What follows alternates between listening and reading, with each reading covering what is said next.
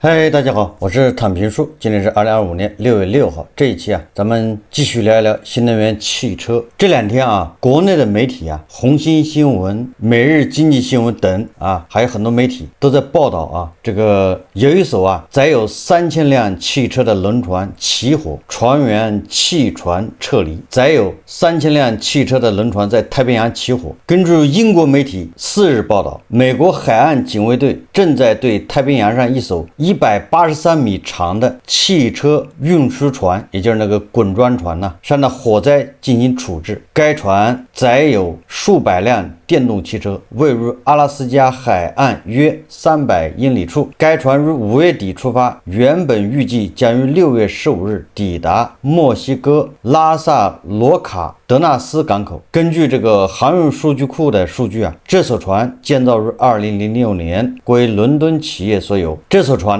专门用运输汽车和卡车而建造，最多可运输6000辆汽车。该船事发时载有3000辆汽车，其中800辆为电动汽车。这800辆里面说65辆为纯电动汽车，681辆为混合动力汽车。又有媒体报道该船于5月26日从中国烟台港出发，此前还曾挂靠广州、洋山等多个港口。该船自2023年起由上汽安吉物流包租。网上有很多视频就是这个船浓烟滚滚据媒体报道是有船员先看到那个一层甲板冒黑烟，然后船上的船员就开始自救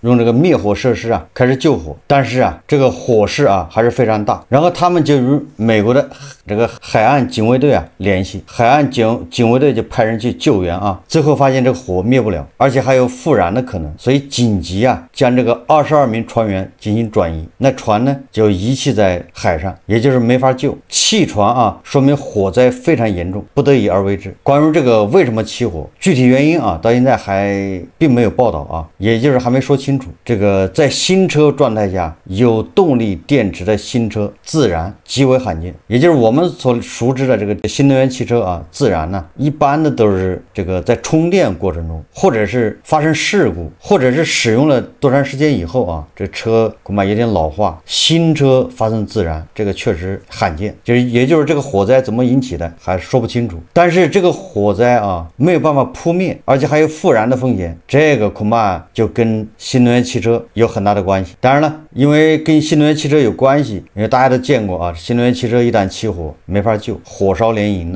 那上面几百辆新能源汽车，加上这个船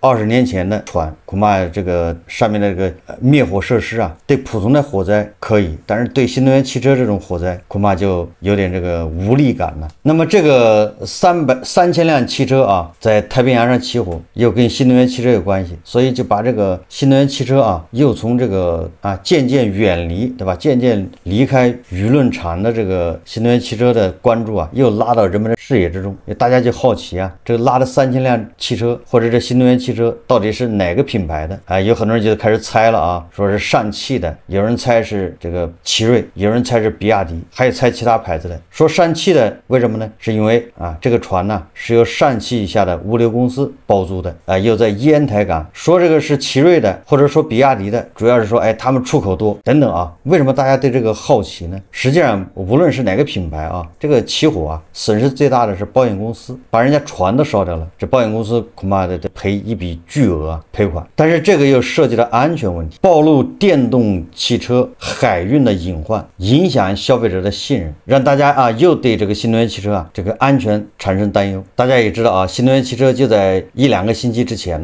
由于这个长城的老板魏建军他说汽车圈的恒大已经出现了，所以引发了一波口水战。后来这个比亚迪的在山东最大的经销商爆雷，引发了人们对新能源汽车这个产业链的担忧。再加上这个新能源汽车之间的价格战，主管部门对吧，商务部、工信部门都出来喊话，想整顿这个个汽车市场的这种价格战，无序啊这种卷价格，这一切啊都说明啊，这个新能源汽车现在已经到了一个风雨飘摇之际啊。这个乘联会的那个崔秘书长说啊，截止到应该4月底吧，咱们汽车的库存是350万辆，这么高的库存，不降价怎么卖出去呢？不降价怎么回笼资金呢？说明啊，现在这个汽车行业的肉搏战呢，对吧？现在已经白热化。前2天啊，这个宝马5系啊，宝马525已经降到26万，跟几年前相比，价格已经腰斩。这个26万呢，显得好像很亲民啊，你就知道这个汽车有多卷。汽车行业这么卷，价格战是被迫的，谁先降价，谁就能先卖出去，谁就能把库存啊消掉一部分，谁就能多一点资金，谁就能多扛一会儿。而那些降价降得慢的，反应慢的，恐怕就资金链就很紧张。这个整个新能源汽车它是个产业链啊，依附主机厂商啊，它上游是这个零件，对吧？配件、电机、电池，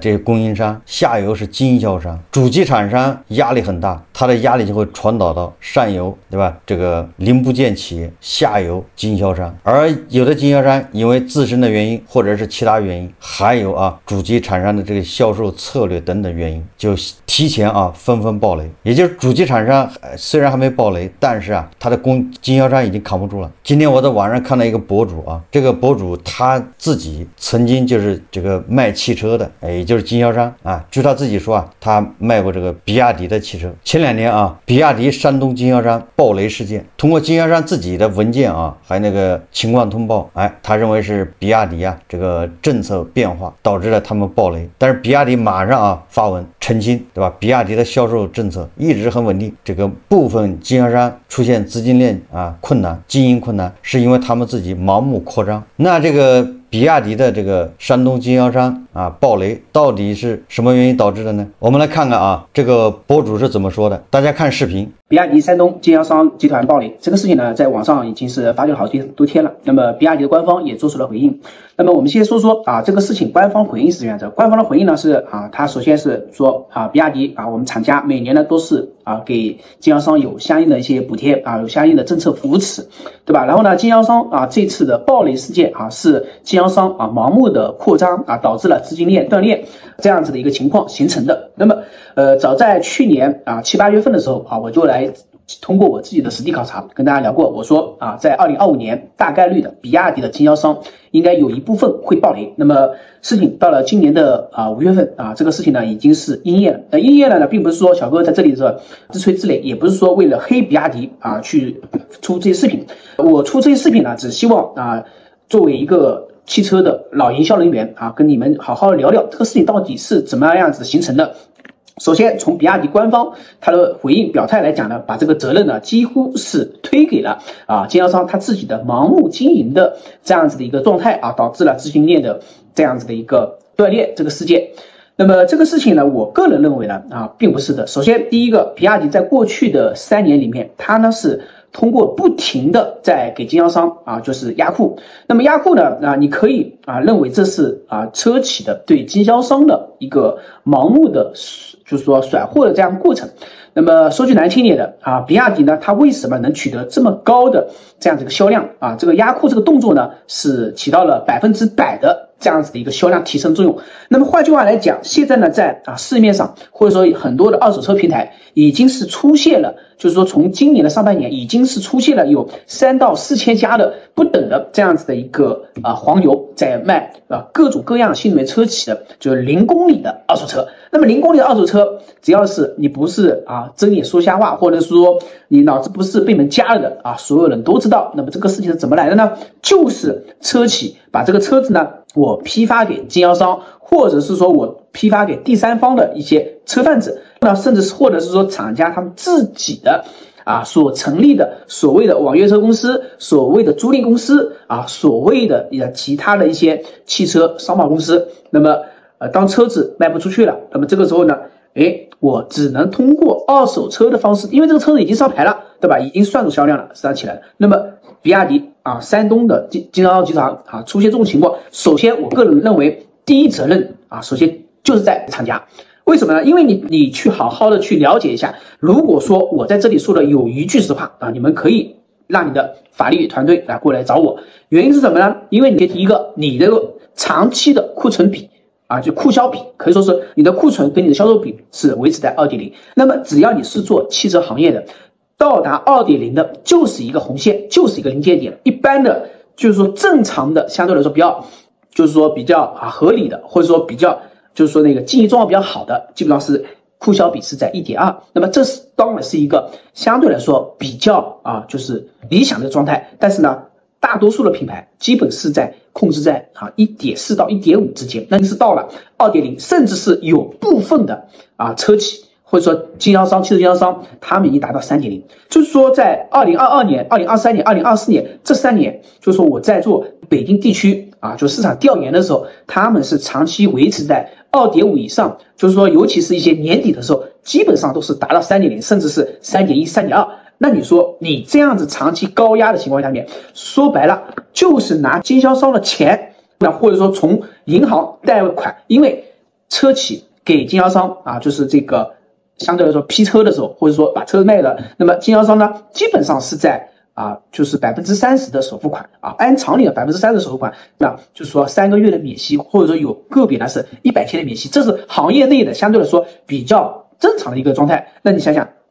我举个很简单的例子，如果说一个经销商他一个月，比如说举个例子卖100台，那么他的库存至少在200台，那么甚至是高峰期的时候可能会达到300台。那么我们平均下来，我们就算是250台，250台的话，按照车价比例，我们是说在这个终端车型，基本上呢我们可能或者说我们平均一下15万一台，15万一台，你250台的话，那么你这里面的所涉及的金额基本上是接近了，对吧？接近了4000万。4000万，如果说你是按照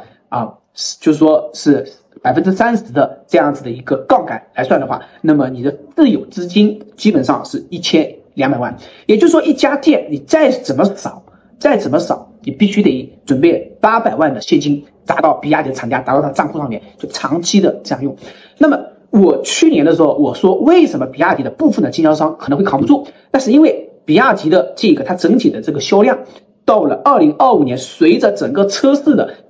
市场竞争越来越激烈的时候，那么它的销量就必须会减缓。当它销量减缓之后，那么有部分地区的这个市场势必会被吉利、奇瑞甚至是长安这些相对来说比较强的，就是说有能力比较营销能力比较强的，就是我们国产新锐车企，他们所替代。那么从今年的4月份我们就可以看出来，比亚迪的原先是冠军的车型海鸥，这个车子呢已经是被吉利星越所替代。那么从这里这个简单的一个信息看出来是什么？看出来的吉利它至少在市场上在拼命的刹车，或者说在拼命的抢夺海鸥的这样的份额。那么在这样子一来的情况下，那比亚迪原先的份额势必会被挤压，它的相对来说它的客户群体势必会被抢夺。那么这样子一来呢，对比亚迪来说，它的市场自然而然的实销肯定会下滑。那么如果说在全国范围之内有一定的下滑的话，或者说有一定的收紧的话，不能保持它的高速的增长。因为比亚迪的今年的这个它的销量目标基本上是达到了500万台，对吧？那你这样子，它必须你按照这个比例你一算，它必须得给经销商再次拼命的压库，这就是这个经销商暴雷的最根本性的起因这是起因。那么当然这个过程中，他们一些集团，你想想，他山东的集团经销商集团有个接近20家店，那么20家店我刚才说过了，那么一家店你哪怕至少是800万，那么你20家店，你加进就 1.6， 接近有两个小目标。那么你在这么大的这样的一个情况下，尤其是山东地区，他们呢是对德系车，对吧？相对来说比较有好感，对在新能源汽车这方面，就是说相对其他的省份地区会弱一点。那么这自然而然的市场的下滑肯定会在今年就是会加剧。那么加剧后，再加上它整体的这个市场的这样子的一个杠杆的这种行为，那这么多家店单一的品牌，那么你不死谁死？所以说呢，这里面比亚迪拼命的压库，厂家拼命压库是起因。那么同样，你说经销商就没有责任吗？那经销商当然是有责任的，因为很多的汽车经销商，尤其是比亚迪这几年他们飞速的发展的话，他们很多的经销商，他们前期甚至是没有做过汽车，或者说在整个汽车行业里面相对来说是比较弱的，它的经营能力是比较弱的。就好比很多人在股市市场、基金市场，对吧？股票市场，他们看到比亚迪这个品牌这几年势头比较好，那么一窝蜂的往里面去扎。那么这里面呢是汽车行业经营的一个大忌，因为你不能单一的品牌，你一旦单一的品牌，一个品牌出现相应的风险性，或者说这个品牌一下子在下落过程中，那么你这个很有可能就直接是导致资金链破裂。那么这里面呢，相信经销商的它整体的这个经营管理啊，这个财务的管控各方面啊，应该是占了40%。那么厂家它整体的这个营销模式，它的这个经营模式，或者是说对经销商的这个掌控模式，我个人认为责任应该是在60%。那么另外，今年的下半年，我相信其他的品牌啊，不是比亚迪品牌，其他的一些新能源汽车品牌，那暴雷的情况会更多。这是一个从事过经销商业务的，对吧？专业人士，对吧？他对这个经销商暴雷的事件的一个看法。通过他这个视频我感受到什么呢？你想想你一个经销商一个月卖100辆车，那么你的库存呢就得有300辆，这300辆里面你要预付30%的这个车款，算下来将近1000万，这1000万就得放到这个品牌厂商那儿，那这个钱就永远被人占用的，因为你的库存就是300，不能动那他通过卖车的吧，一个月100辆，如果他这个车卖得慢了，一个月只能卖50万了，50辆，那么就有可能导致他这经销商暴雷，资金链就断了。而这个主机厂商他为了在这个竞争中脱颖而出，他没有办法的，他只能往经销商拼命的压货，逼这些经销商，对吧？你赶紧卖。所以刚才说了这个卷价格那是必须的，你价格不降，经销商怎么能卖得出去呢？就得玩命降价。然后这个经销商为了把你这车卖出去，为了套你的补贴，为了套你的返利、返点、佣金，0公里二手车就出来了，也就是假装卖出去了，这是没有办法的事。所以随着这个市场竞争的白热化，随着价格战的白热化，这个经销商先暴雷，那上游呢，就是零部件企业呢，那日子也很难过我们看这个财经网6月2号有一篇报道，叫零部件企业呼吁车企为供应商留出利润空间，盼及时回款。一看到这个标题，大家又想到对吧？某些车企抹敌吗？因为抹敌就符合